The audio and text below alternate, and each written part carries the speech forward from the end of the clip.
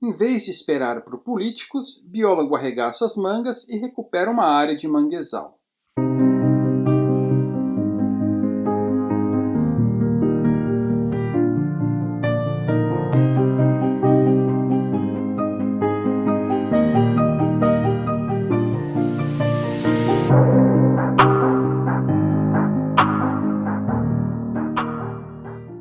O manguezal é um bioma que ocorre em regiões entre marés tropicais e subtropicais do mundo inteiro. O que são regiões entre marés?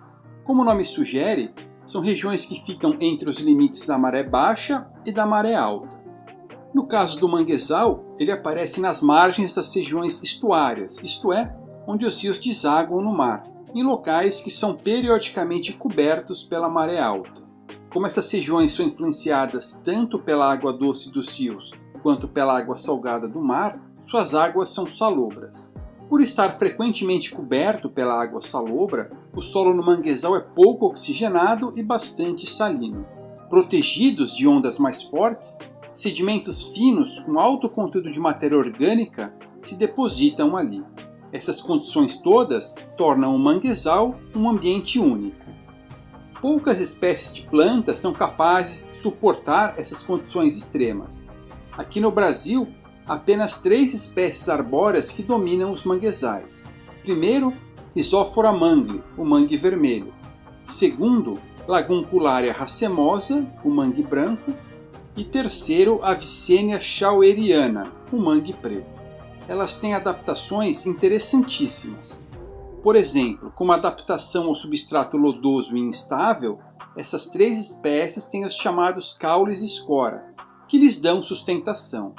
O mangue vermelho é vivíparo, ou seja, a semente germina ainda presa à planta-mãe.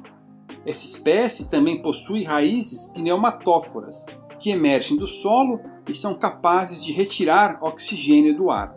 O mangue branco possui glândulas nas folhas que eliminam o excesso de sal absorvido pela planta. Por ser rico em matéria orgânica, o manguezal contribui bastante para a produtividade das zonas costeiras. Sendo um ambiente fértil e complexo, ele é berçário de muitas espécies de animais, especialmente moluscos, crustáceos, peixes e aves. Além disso, há muitas pessoas que subsistem desse bioma. De todos os manguezais do mundo, cerca de 10% ocorrem aqui no Brasil, do Amapá a Santa Catarina. O manguezal é protegido no país por uma lei federal, que o considera área de preservação permanente. Claro que um rabisco e um pedaço de papel não tem nenhum efeito positivo prático. Por não terem donos, com plenos direitos de propriedade, as áreas de manguezal caem naquela tragédia dos comuns, tendem a ser superexploradas e estão bastante ameaçadas.